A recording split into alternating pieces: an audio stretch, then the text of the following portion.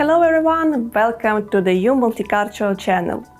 My name is Victoria Bulat and today we talk about a special event that will take place at the Winnipeg Fringe Festival, the second largest theatre festival in North America. Specifically, we will discuss the play ACK NOW, which explores the extreme consequences of overusing modern technology, to the extent that one might have to fight, quite literally, to reclaim their identity. When Winston Churchill was asked to cut art funding in favor of the war efforts, he simply replied, "Then what are we fighting for?" Although this is a beautiful legend that has been popular online for several years, Winston Churchill never denied the leading role of the art in development of society.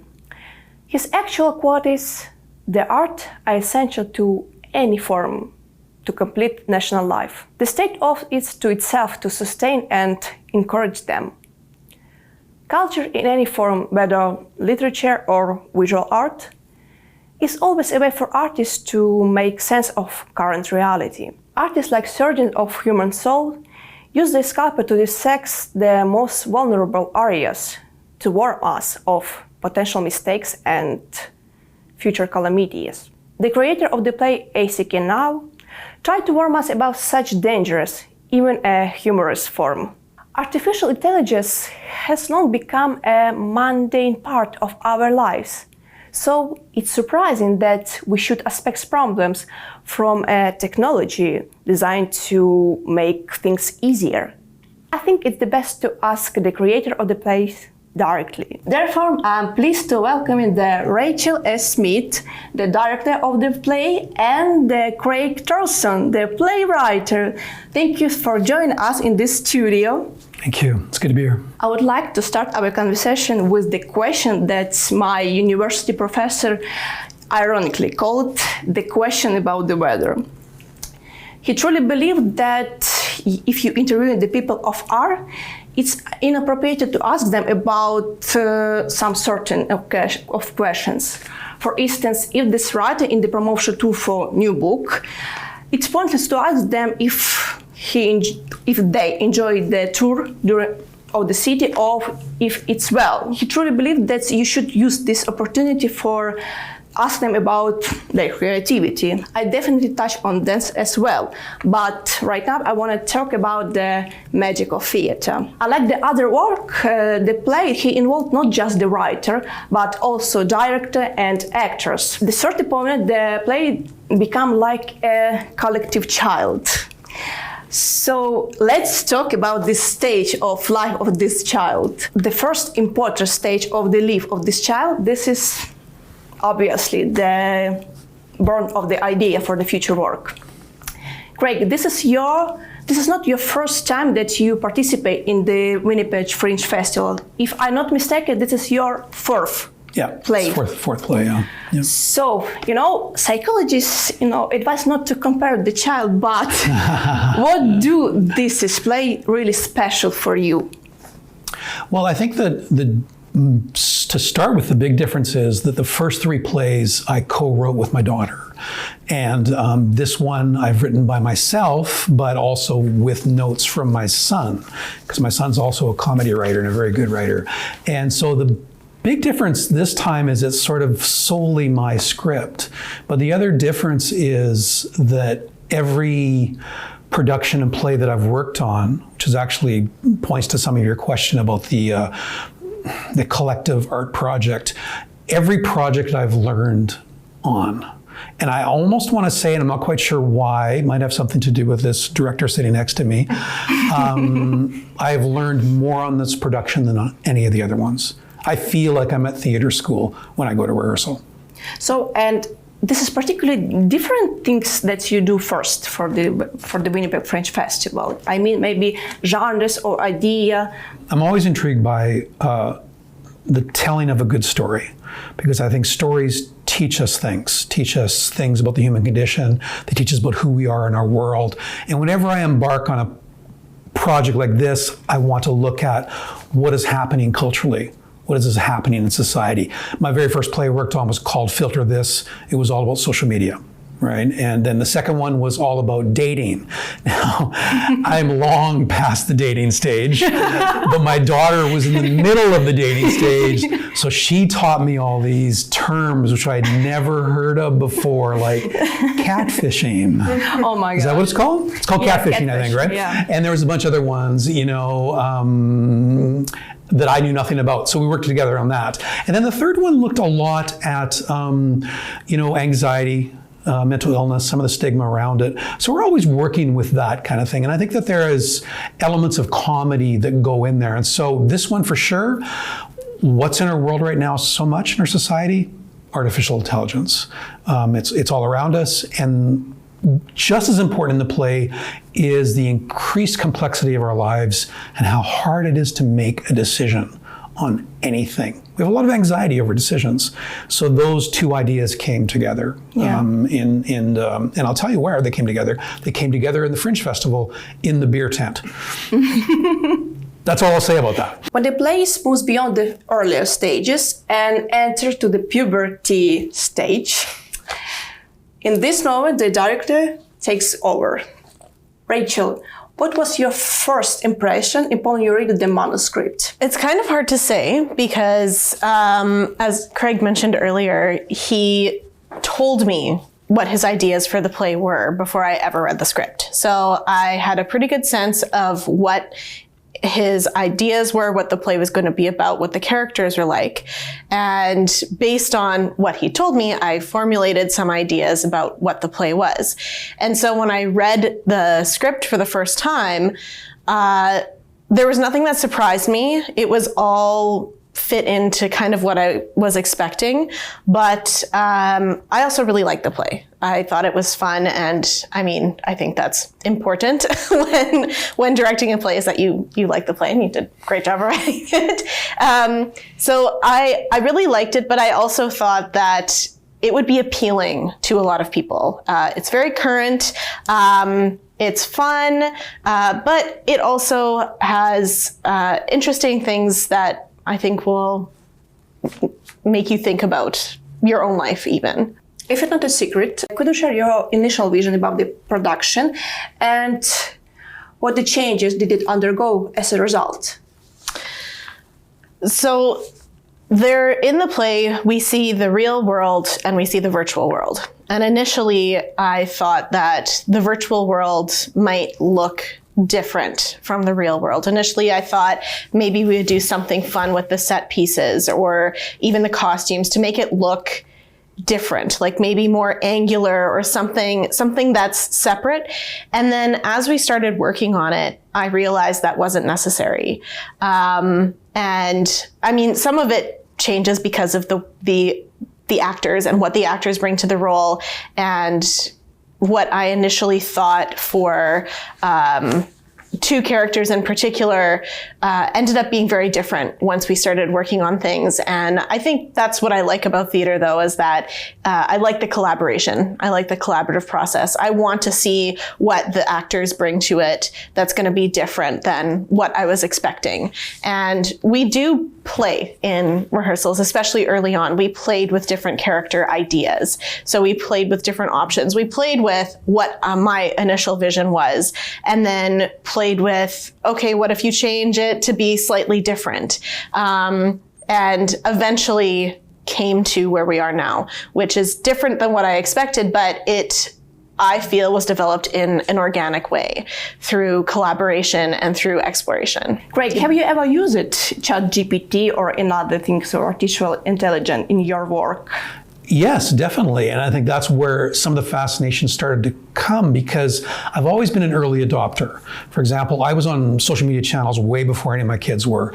And in my work as a designer and illustrator, some of these tools have come along, artificial intelligence, and I've been playing with them and experimenting with them. And I went to a really good talk where I came home from the talk and I downloaded ChatGPT. I said, this is fascinating. I want to know about this. So yeah, I did learn a lot, kind of thing. And so I do use it, yeah.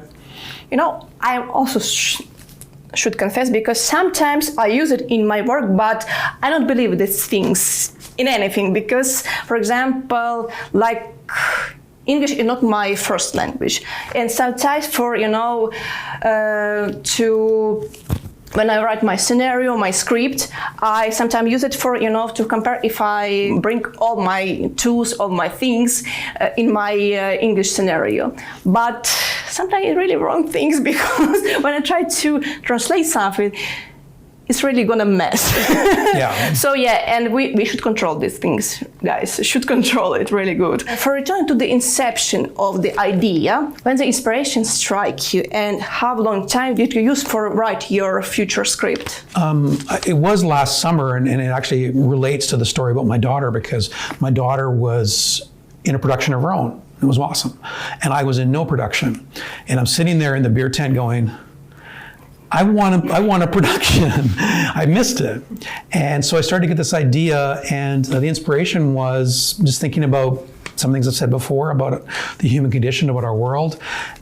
And the person I'd worked with the most in the other productions was our stage manager and other things. I just texted her and said, I'm thinking about writing a play. Do you want to be in it? And she said yes. And so we applied for the following year. And I think you find out in December. And so I was waiting to find out whether I was going to write a play or not. And so in December, we got in through the lottery, and I began writing the play in January, if that's what you're wondering about the process that way. And then I gave myself, I think I wrote from January to April with notes from people like my son. And the script is ready around April. So what's that, January, February, March? About 4 months. Yeah. As we just started to talk about the stages for preparation for the future festival, could you talk about a little bit about all the stage for preparation involved for the festival, and how many times this is included? Because I know this, you're not just author or the ACK NOW, you're also co-producer. Yes, yeah. Yeah, there's a lot of, I think there's a lot of thinking before, but the thinking really begins when you know that you're in. Right, because there's a lottery, and if you're not in, then you have to make the decision whether or not you want to find your own venue and put on a production, or just try another year. So once that stage begins, it's almost like that's the start of the race. And so you start with the script, but then you also have to start with things like cast and crew. Right? Finding a director, finding actors, finding a stage manager. And that's kind of happening a little bit concurrently with the writing of the script. And I'm a believer in that I don't like to show things too early. But also to get people like Rachel interested in the play, I needed to show some of the script, or the actor some of the script kind of thing, to say, this is what I'm thinking about, this is what the play is about.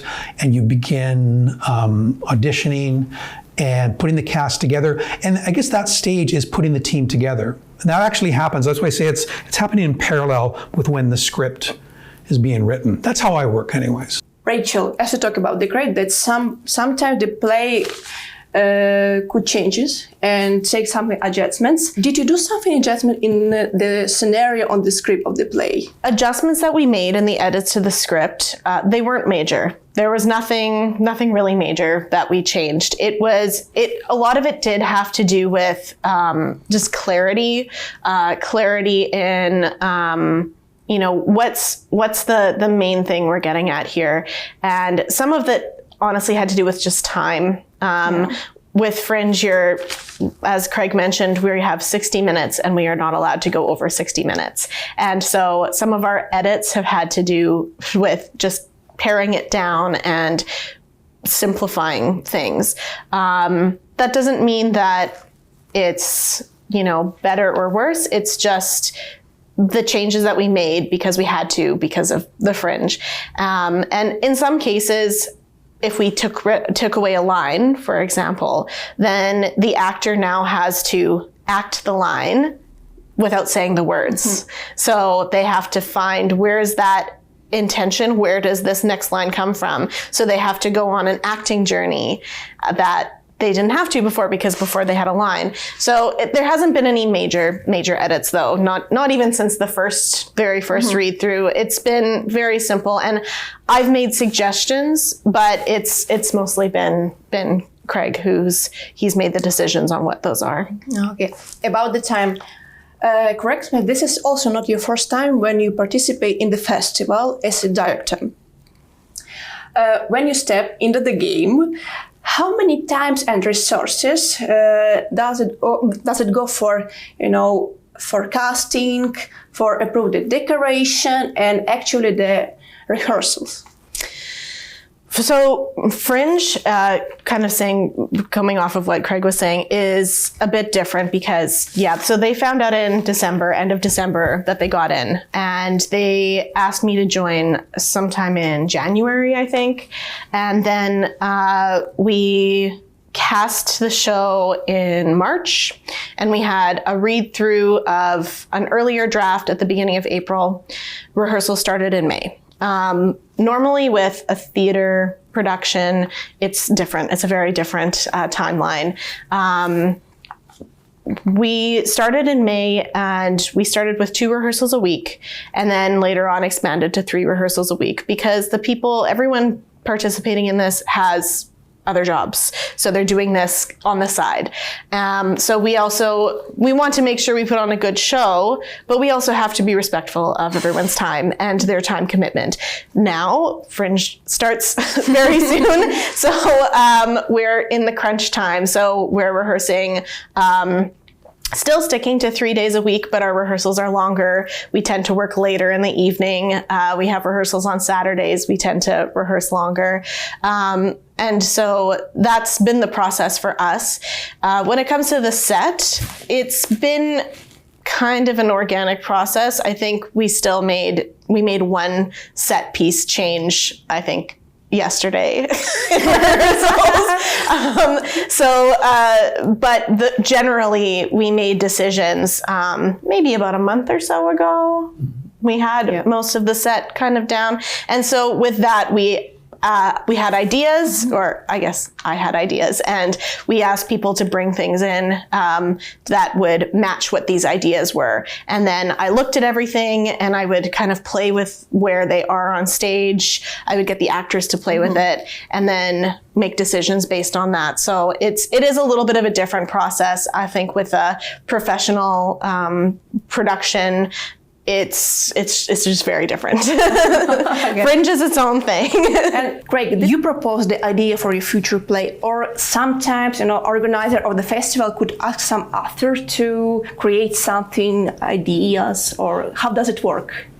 Yeah, I think that my understanding for as long as I've been in the Fringe is if someone asked me to put a production together, people have in the past, usually not represented by the Fringe Festival themselves, but individual artists that they know if I'm a writer. But this is really a self-propelled project where the process is that it's my idea put forth. Is that what you mean as far as where that process is? The process basically is if you want to be in the Fringe, you apply. I think application costs $25 or $50, I forget. And what people sometimes don't know about the Fringe Lottery is it's a total lottery. You don't have to show a script or anything. Oh, okay. Anybody can put the script in, the play in. And then that's why I didn't have one sentence written during the application. I had an idea. Yeah. And then as soon as that happened, then, now we have to go. I got you. Because why I created this question, because during my preparation for our shoot, I saw the video on YouTube with this lottery. And this is curious because this was this 30 December. In last year. So for this, I mean, how many times you should prepare for this festival? Because if this lottery, it almost was 6 months ago. So it should be something before all this. Yeah. So this is really I think some playwrights may have a script in hand or be ready or thinking about a project. I'm very much in writer terms. They call them pantsers, which is you're flying by the seat of the pants is the idiom, that you're just going.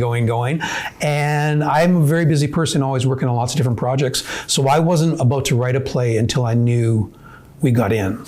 Now on the lottery, as far as you're saying, we've been incredibly lucky. I don't know why. I don't want to jinx anything, but every time we've applied for the lottery, we've gotten in. Sometimes we've been on there's a waiting list. If you don't get in initially, there's a waiting list. So 1 year we were on a waiting list, people drop out, and we were in. So this year again, I said, I don't know, our co-producer Kim KK, I said, let's apply and find out what happened. And I'll find out if I'm writing a play. And whatever was December lucky. December 3rd or something like that, she said, "You're writing a play." Okay, I should start. Yeah, that's really cool. You're really lucky about this. Very lucky, yeah. Rachel, what about the actors? What changes they can add in the play? Well, every actor has a different style, and every actor brings in their own personalities into a role. And so when we started the rehearsal process, they would bring in kind of what they were thinking. I would ask them to do what I was thinking, and then it would kind of shift as it goes. But I'll just use the example of the character of the Avatar, Abby, and that actor. Their name is Zanifa.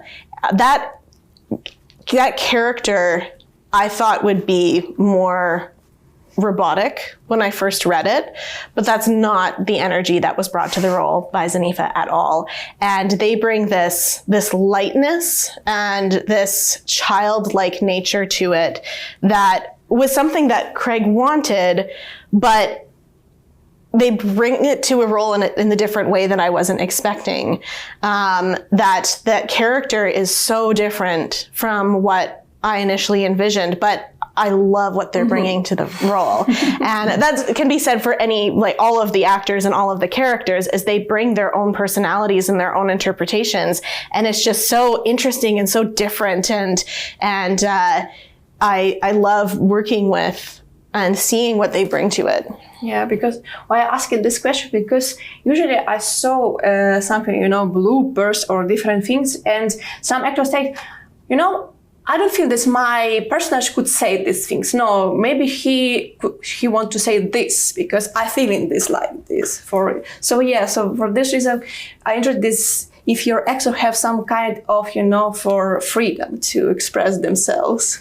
I think sometimes that's a little different in film. In theater, the training is very different. So in theater, we're trained to follow the script exactly as it's written.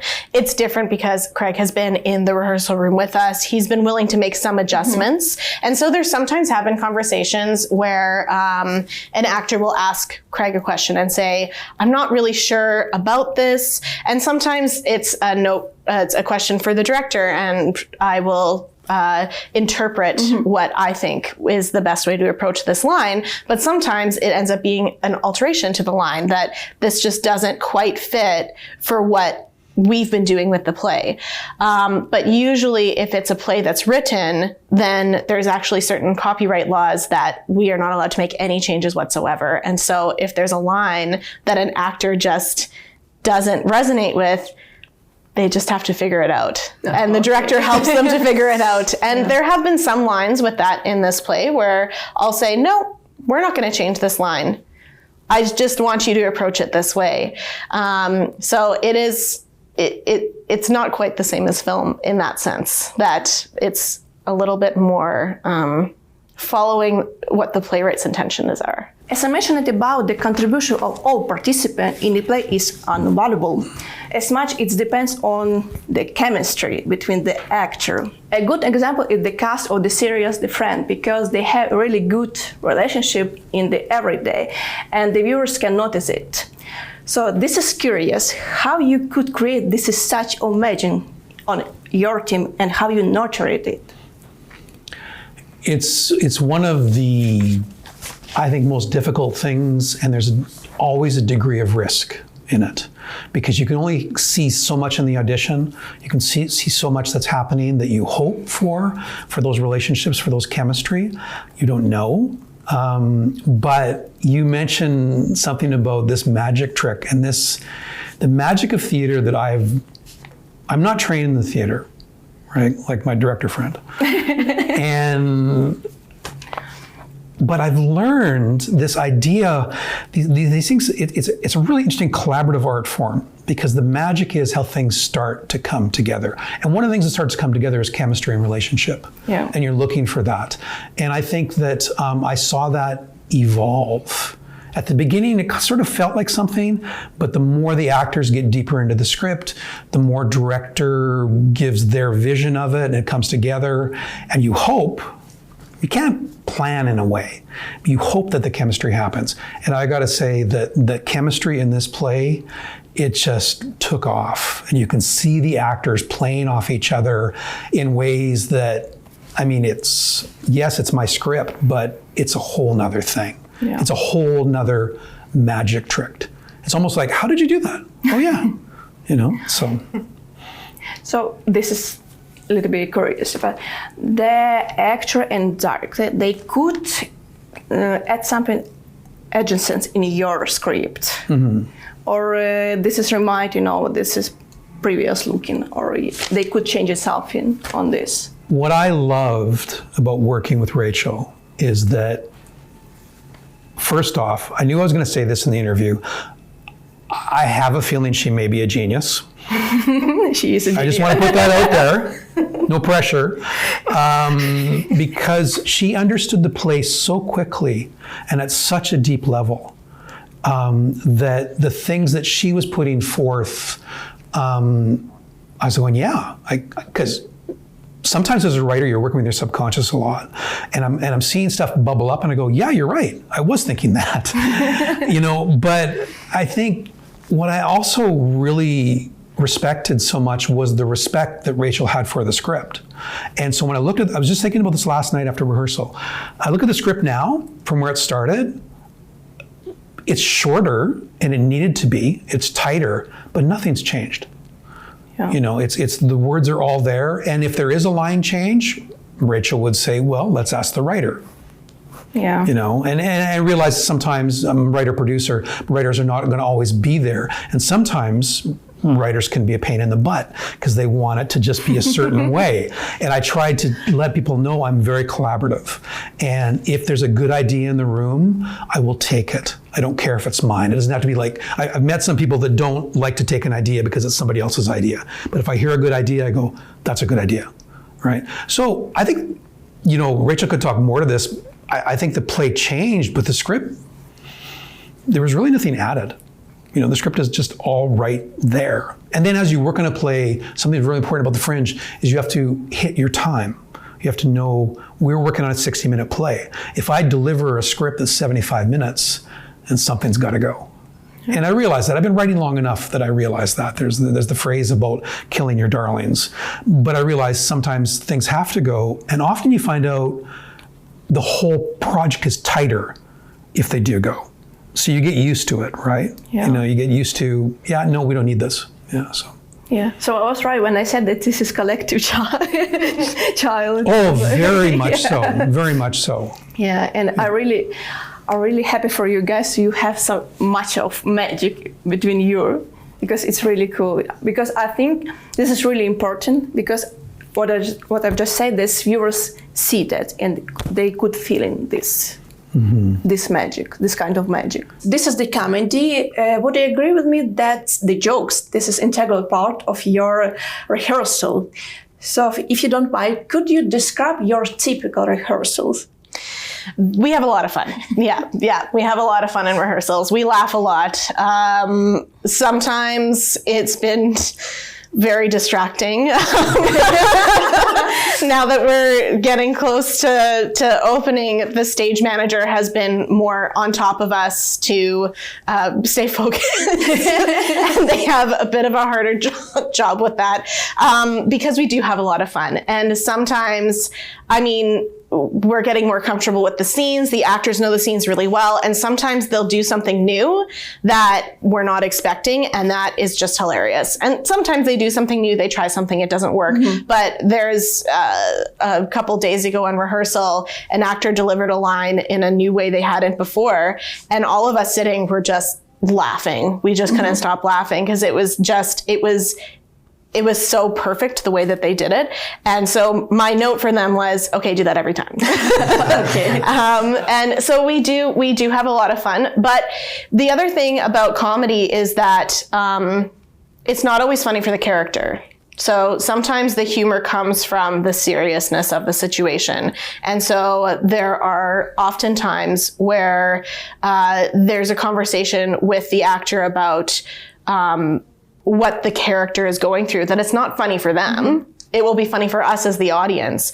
But for them, this isn't funny. This is a very serious thing. Yeah. And so it's a combination of finding the seriousness within the humor as well. Recently, I started reading the book Room Their Own by Alex Johnson, when he described the workplace of the famous writers.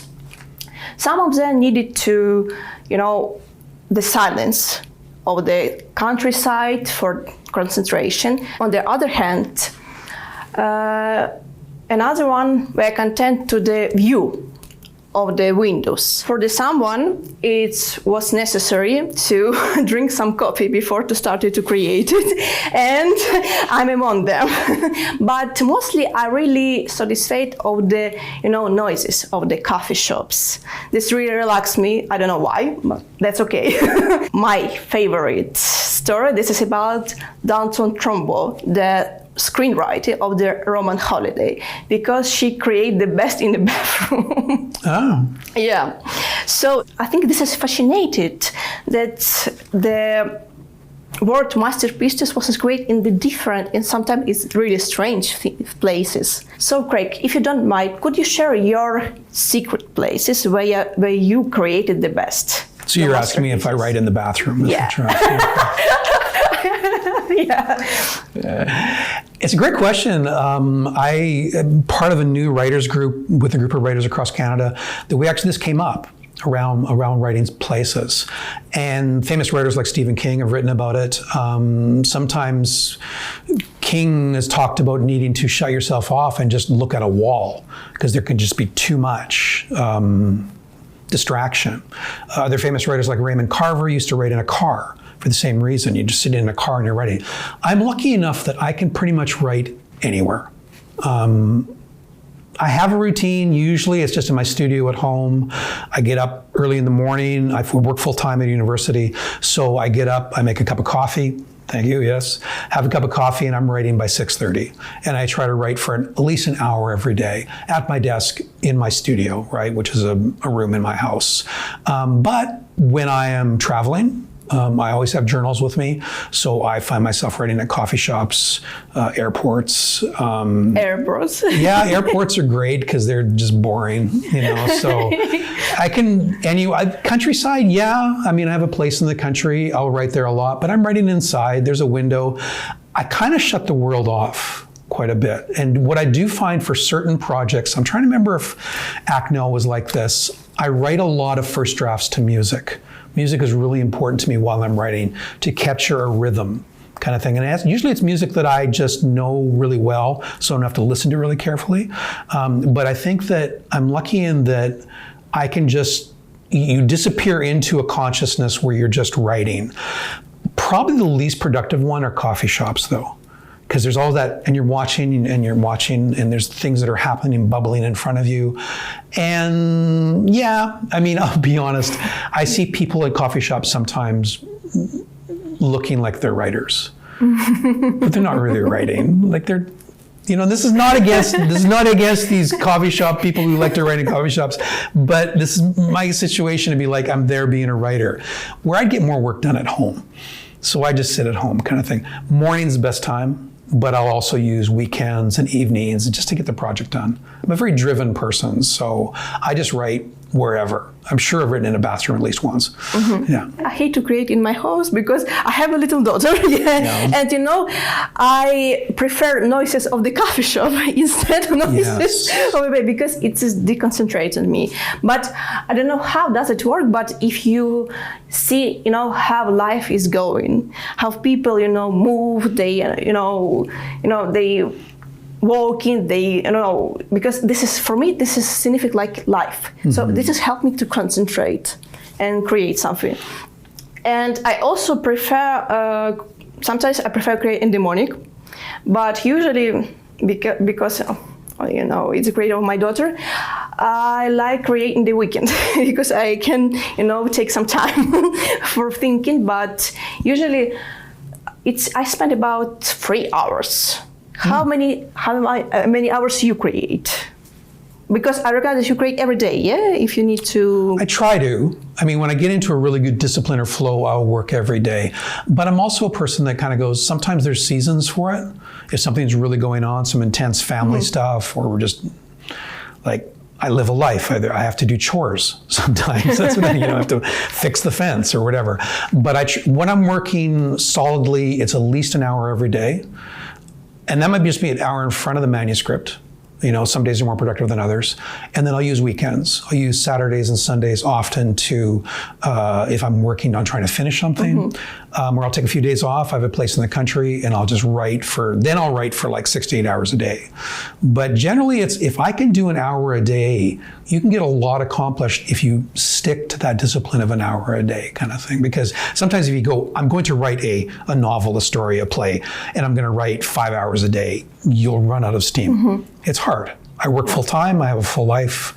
It's more about committing that period of time to the piece. We started to talk with Craig about her specific secret, places when he created her masterpieces. So what about you? Did you have your place of power when you take your inspiration for your work?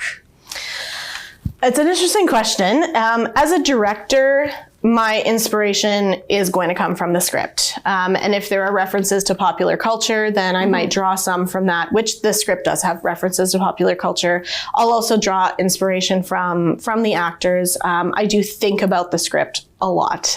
Even now, I think about it a lot. And sometimes ideas will come to me and we'll try it out in the rehearsal process. So the inspiration when I'm directing really comes from immersing myself in the particular play. When I'm creating otherwise, then I get inspiration from so many different aspects of life. I'm a very observant person. I like to watch people. When I take the bus, I never listen to music. I watch people, and I don't stare at people. I'm not creepy, but out of the corner of my eye, I'll observe an interaction. Or if I'm walking down the street, I'll observe what's happening around me. And I like to listen to conversations that people are having when it's not in English. And sometimes I try to figure out what they're saying in a different language, or I'll make up what they're saying in a different language, just based on body language or whatever. So I get inspiration from people, from being out in the world. And when I travel, I get inspiration from, different architecture and different places. And sometimes,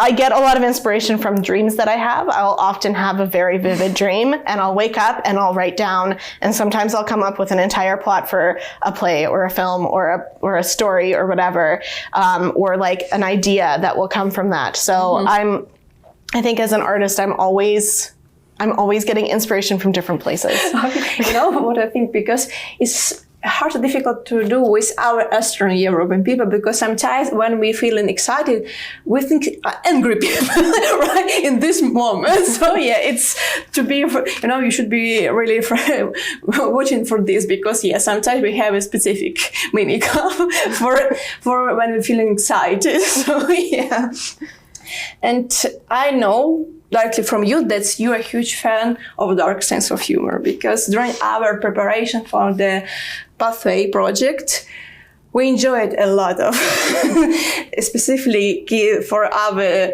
similar sense of humor. As a director and as a person, what is for you the huge power of the comedy and the humor? I think that with comedy, it is a release, that laughing is a release of its own kind. Sometimes we can look, and this is kind of taking off of some of the things Craig was saying that I agree with, that comedy allows us to look at something very serious and to think about it in a different way. I like satires for that reason, that is taking a very serious thing and making fun of it as a way of being able to laugh at it, as a way of being able to think about it as well. This play it's not a dark comedy, it's not a satire, it's a fun comedy. But I think it does help us to think about AI differently, maybe, or not. Maybe some people will, hopefully not, but maybe some people will come out of this thinking, it's the end of the world. This is what's going to happen with AI. Hopefully not, but it's possible. You never know, right? But I think that comedy just allows us to look at things differently. And then from another point of view, that it can entertain. That life is hard. I mean, it is. The cost of living has gone up. People are scared. There's a lot of anxiety. I think I hear of people experiencing anxiety more now than I ever have before. And sometimes laughter, they say laughter is the best medicine, and I agree with that. I think sometimes we just need to laugh. We just need to be entertained. We just need to escape from real life for a little while and just enjoy something fun. When you work, some kind of them finished, do you change usually something? How many times you change it? Because it's here, because sometimes editing is really important for the future things. Depends on the project. I mean, writing is rewriting, for sure. Lots of famous people like Anne Lamott talks about shitty first drafts. Mm-hmm. You just need to get them out. You need to get them on the page. And I've been writing for quite a while, and I realize that some beginning writers, they're hesitant because they want to edit as they go. And I never do that. Mm-hmm. I just get it on the page, and then depending on the project, you have different passes, and a novel, like my novel Samurai Bluegrass, I've lost track of how many drafts there were. There was, I'm sure, a dozen or more. For this play, it's a shorter timeline, but I'm guessing there was 3, 4, 5, what we call passes. So probably 5 times through, and then, working with notes from other trusted readers, editors, in the case of novels. And everyone's different. I mean, George Saunders, a favorite writer of mine, takes a story through 30 to 40 drafts. And that's too many for me. I get tired. I get tired, I think I'm averaging around probably 4 or 5 before it goes to that final. Yeah, I ask you because, I know that some authors, they're not really good with editing, so because but on the other hand, they like to do this, to do something perfect work. Mm-hmm. So for this moment, I'm interested in how you with all this. Well, the perfection is an interesting thing. Like you leave spaces open, and I realize more and more you can write the life out of something. You can write and edit it so much that it just doesn't live anymore. And to bring it back to playwriting and theater, what I knew about this play is I'm going to write this script, I'm going to give it to a director, and it's going to become another thing. It's almost like another pass or two on its own, because you start to see weaknesses by when it starts to be staged. Yeah.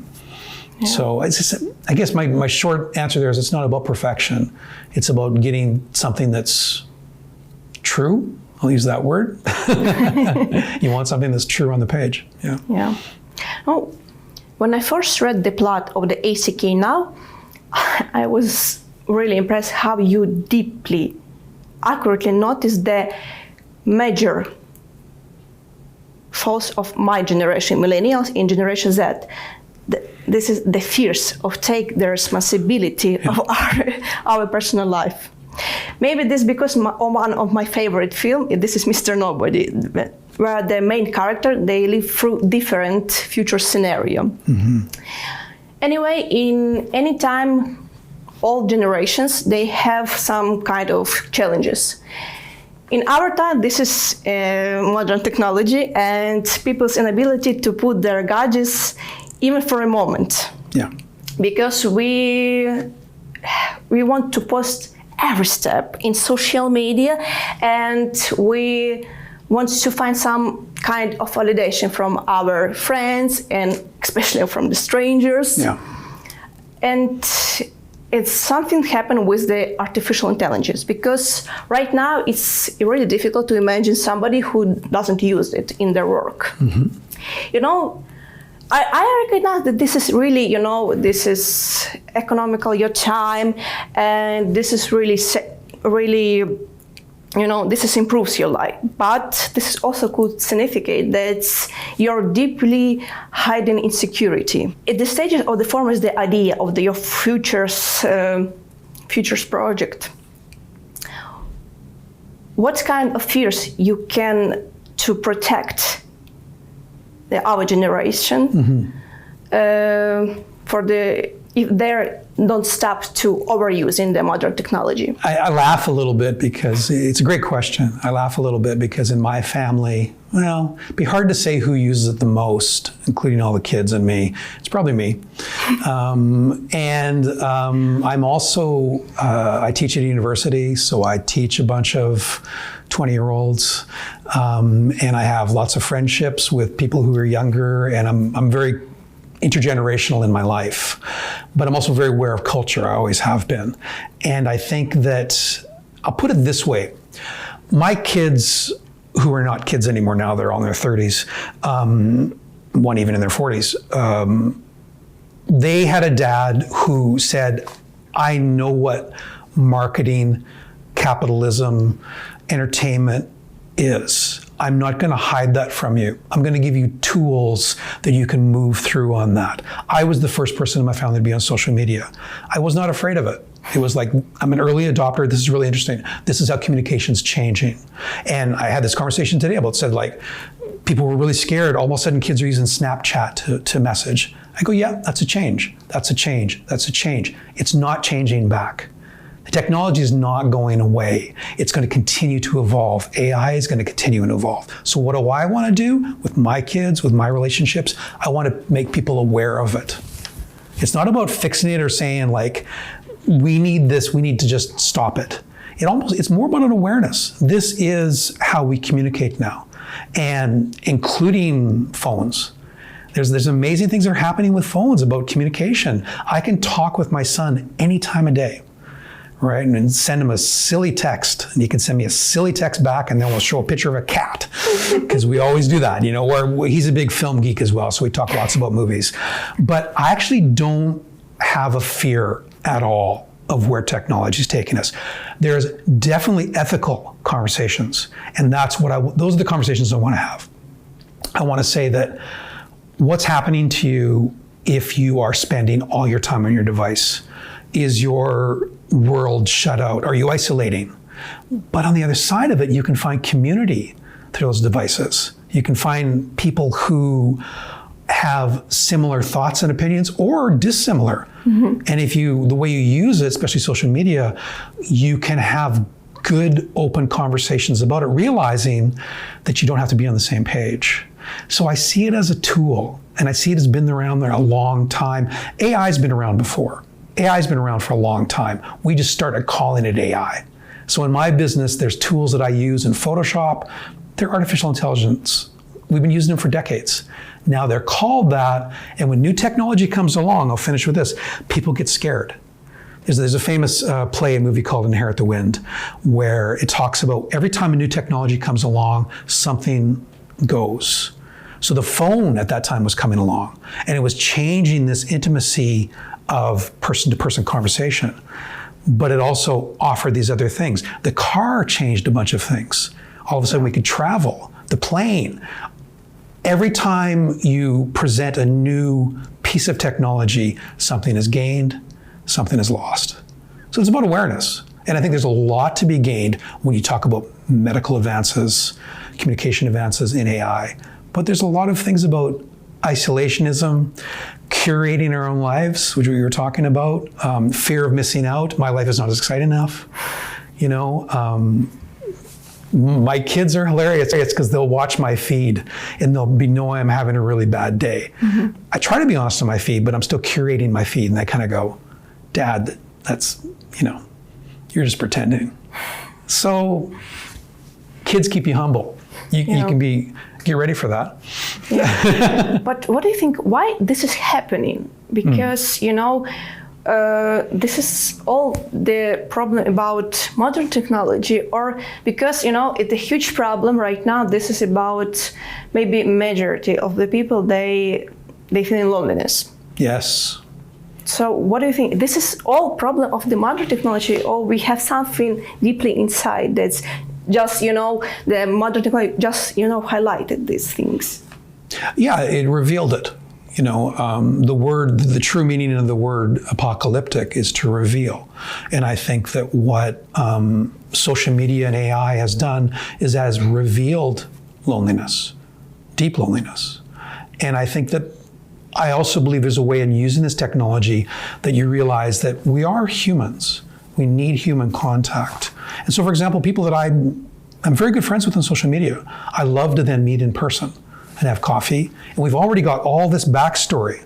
Like sometimes when I'm traveling, and people find it weird. Thankfully, my wife does not find it weird. I'm in the middle of Wisconsin.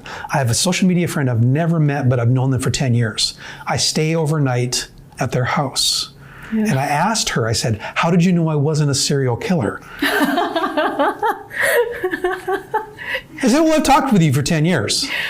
And so there is still an authenticity that you need, and awareness. If you're doing a lot of curation of your life, you need to be aware, where's the real me? And if I've made a big switch in social media over the last couple of years, the real me has come forward more and more and more. And when that happens, there's an authenticity. I'm very extroverted, that's why I talk a lot. But I'm aware of the concept. It's not just a concept, it's a modern phenomenon of loneliness. It's there. But these other things can bring a community together for people who are notably introverted. We live in an extroverted world. Sometimes technology can find a place for introverts and say, I don't want to be across from you in a room, but I can be on a DM with you or a Twitter message or something like that. And that feels okay. So, I'm very much a both and person. I'm not that it's like, it's this or it's that. You try to bring them together. What do you think about our generation? They destined to the doom? I don't think we're doomed. Sometimes I will admit I get very negative feelings about AI and technology and the way that our world is. Sometimes I do get worried, but I think that enough people recognize that it won't happen. I think that we need to find balance. That a lot of people are recognizing they're spending too much time on their phones, on social media. And so people are consciously disconnecting. I've heard that dumb phones are becoming more popular now because people are recognizing they're spending too much time on their smartphones. And I think that with that being a conscious change and an effort that people are making, that we will find balance. Because, social media can be a great thing. Technology can be a great thing. I mean, when the last time I traveled overseas, I was able to text my mom on WhatsApp. When I lived overseas, I was able to Skype with my parents. But when I was younger and my dad would travel, it would be like one really short phone call, making sure that we know that he landed safe.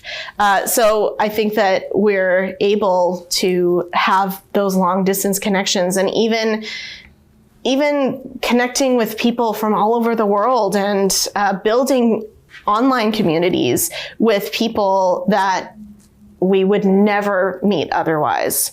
So I think there's a lot of good that comes out of it, but I also see that there's a lot of bad, and I think that we can find a balance. I hope that we can find a balance between them so that we can live kind of a life that is good with technology, but then also a life where we can have these face-to-face moments. And theater is a great way to have that face-to-face interaction that, theater isn't dead. And there's a reason for it. And it's because film didn't take over. It could have. Theater could be a thing of the past, but it's not. It still exists. People still love theater. And it's because the live experience is unlike something that you can get from film.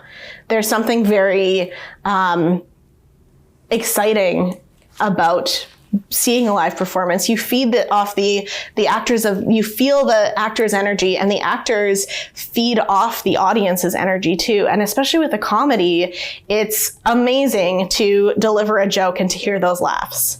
And so that's, I think, sometimes the beauty of live performance. And then also, no two performances are the same. It doesn't matter how much we rehearse, they're not going to be the same performances. I ask it myself every time, because maybe nobody learn us how to speak with each other, how really know to find consensus between us. Yeah. And this is not just modern technology. They just, they just help to highlight it. This problem, who I think this exists a lot of time ago. So so thank you for you. This really good thing. Well, it's the concept of raising a child from a village, right? Yeah. That's the whole thing, that you need aunties and cousins and moms and uncles and all. You need people in the village to help you raise the child. Yeah. I've risen, I've risen 3 children, but it's like, I've got a lot of help there. The village has changed. The village has really changed, because you can go online and say, and I know I'm a grandfather of 4 kids. My daughter sometimes says, she'll go on social media and say, this is going on. What do you do? And another mom will kind of go on and go, yeah, we went through that too. And there is something in that, so I think that's a positive side of it. Yeah, because I also agree with you, because when I was also teenager, because I'm millennial, I have 30 years, so it's okay. So, it was the best time in my life, because we meet it with our cousin, my younger brother, so it was really good without gadgets and anything else. So thanks God, I growing up when all the fix not was really popular. So I have really good childhood in my countryside. So correct me if I'm wrong, but whether this is crime fiction, slipstream, or magic realism, your work imbued of the dark sense of humor. So I'm really curious, what do you think that comedy can achieve that another genres cannot? It's a bit of a question that I ask actually on social media sometimes. Often writers say, is comedy harder or drama harder? And they both have their challenges. But a lot of people know the challenge of comedy is how to make it open up to something else. And I think that's for me what comedy does. There's a famous poem by Emily Dickinson that talks about tell the truth, but tell it at a slant. And what it is you're, instead of going very, very directly onto something, you take it at a slant, and it's a different angle into something. And comedy does that really, really well. Because all of a sudden, I've mentioned before, I have a friend who is a clown, and he can have me laughing. He's a traditionally trained clown from Cologne, Germany. He can have me laughing, and then in seconds later, I'm in tears, because there's an emotion that's been opened. And anything that I work on, because humor is part of who I am, but it injects something, it injects a humanness to it. And it allows us to open up to what is being talked about. And there's definitely, we were talking about this in our rehearsal last night, there's a point in the play that I would love for people to be sad. Or even just a little melancholy, or a little something. Because my humor, I want it to open, and then through that comes the heart. And really good comedy can do that. Really great writers from way back to the silent era, like Charlie Chaplin, Buster Keaton, up to the modern, I love, you mentioned dark humor, Coen brothers. Anything the Coen brothers do, I just adore, because they have this wicked, dark sense of humor that runs like a river throughout it. But they're also doing real stuff. And that's kind of what I'm trying to do with my thing. Like, I want to entertain. This is actually, I've come to the place of being a writer, I want to entertain you. I want you to come to the Fringe, I want you to laugh, and laugh hard. And I wouldn't mind sneaking in a little bit of emotion. And that's kind of like, I've never written a fully dramatic play. And even my novels always have, you're very right, they always have a stream of humor in them. That's part of who I am, it's part of my voice, but it's also because I'm trying to do something in our humanness. Because in the darkest of times, they call it gallows humor sometimes, right? Humor can come in and it can open you up to something. This makes this place sound like it's way darker than it is. It's not. But there are moments I know for me that it's often about friendship, about relationship, about loneliness. Yeah. Very much about loneliness. You know, one characteristic of the canonical works is that at a certain point they become to live their own life. Because, you know, some readers, they like to find some, meanings that's after even not expected. So if you experiences that's you when you're watching there something review of your readers that they find in some meaning that you even suspected to find in your work.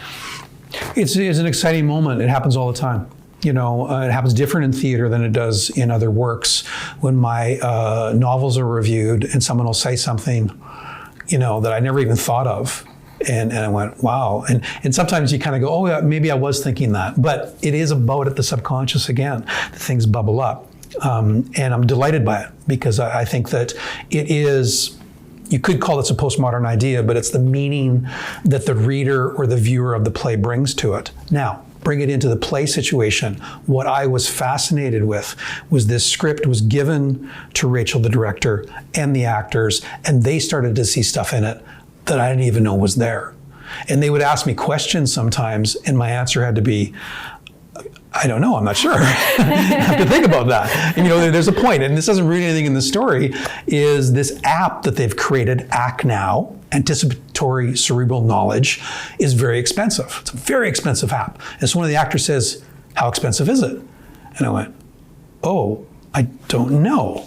And then when I said, I don't know, it's some huge exorbitant price, like $3,500. Oh, and then their reaction in the scene was way bigger because then they had that number in their mind. It's not in the script.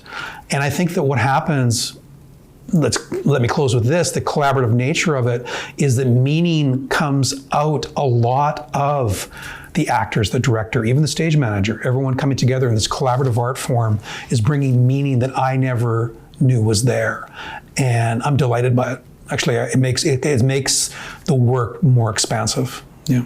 Yeah. Some proverb went to my mind. The good time create the weak man. The weak man create the hard time. Reflecting of all ideas and thought that you talked during our conversation, do you think there's our generations, they destined to do? I get asked that question a lot, believe it or not, because I work with a lot of young people in different ways. Maybe because I'm an eternal optimist. I think not. I think the opposite. I see great hope. Actually, I see great hope in this generation coming up, these digital natives, communication's changing, technology is changing. Our world is in a mess. And you can look at the darkness of it, you can look at the polarity of opinions in politics and science and climate change.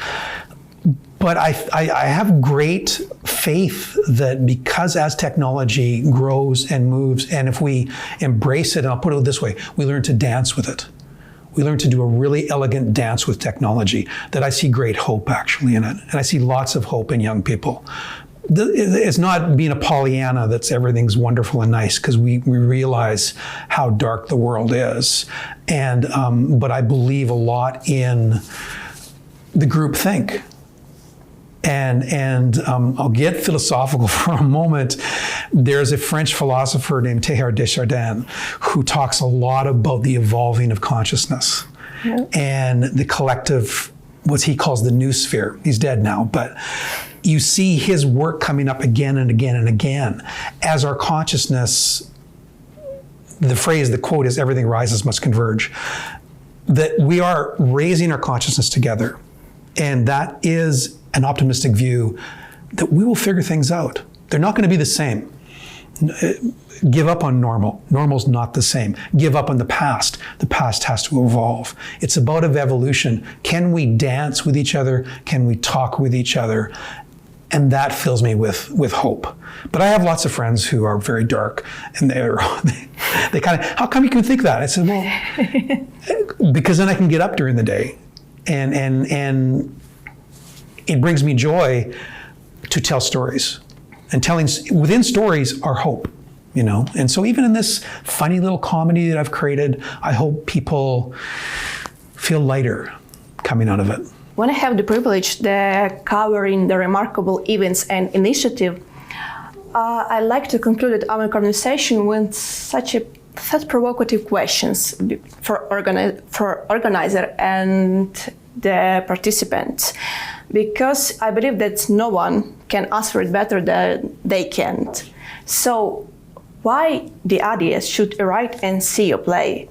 Who should experience this much desire, catharsis after they watching it? Who should experience the catharsis? Yeah. Wow, now that's a really good question. I'll put it this way. Some people are very fearful of AI. It's like a boogeyman.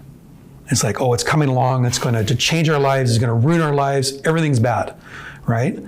I want, through humor, to kind of go, it's going to be okay.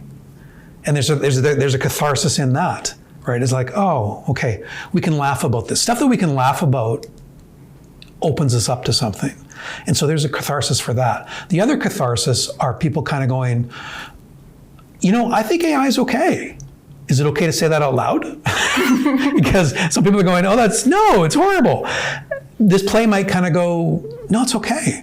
Here's where we are. I mean, I don't want to get deeply philosophical about the work, but it's like, here's where we are in our world. It's okay to talk about it. It's okay to laugh about it. I would love conversations after in the beer tent. Come see me, I'll be there.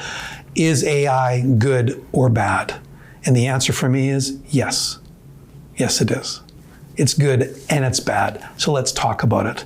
And humor, I'm repetitive on the word cathartic. It's one of my favorite words. Humor releases something in us. And to laugh is great. It just feels endorphins are happening. You know, that's in a moment, and especially in live theater. You know, we've been talking a lot about technology. You're there, there's actors there. They're hopefully going to make you laugh. You're going to laugh. You're having this experience together. And that's pretty beautiful, actually. Yeah. I think that this play appeals to a broad audience. I think that it's because it is very current. I think that it can appeal to younger generation, but it can also appeal to an older generation as well. I think that it has a broad appeal, which is one of the things I really like about the play. And it's also fun. And I think that it is thought-provoking as well. Maybe not for everyone. Maybe some people will just, oh, that was great. But then it's just something that they can come and be entertained. Whereas other people, yeah, maybe there will be a conversation afterwards. You can find Craig in the beer tent. Maybe I'll be there too. Maybe you can come talk to us and we can talk about AI and you know, where people think it's going. And, but yeah, so ACK NOW, we're at Cirque Moyer, so we're in St. Boniface, and it's a nicest professional theater, so it'll be a nice space as well. I think everyone should come. I thank you so much for accepting my invitation and joining us in this studio. I wish you both the success and the sold-out show. Personally, I had a hedonistic pleasure of our conversations. Culture is an essential aspect of modern life.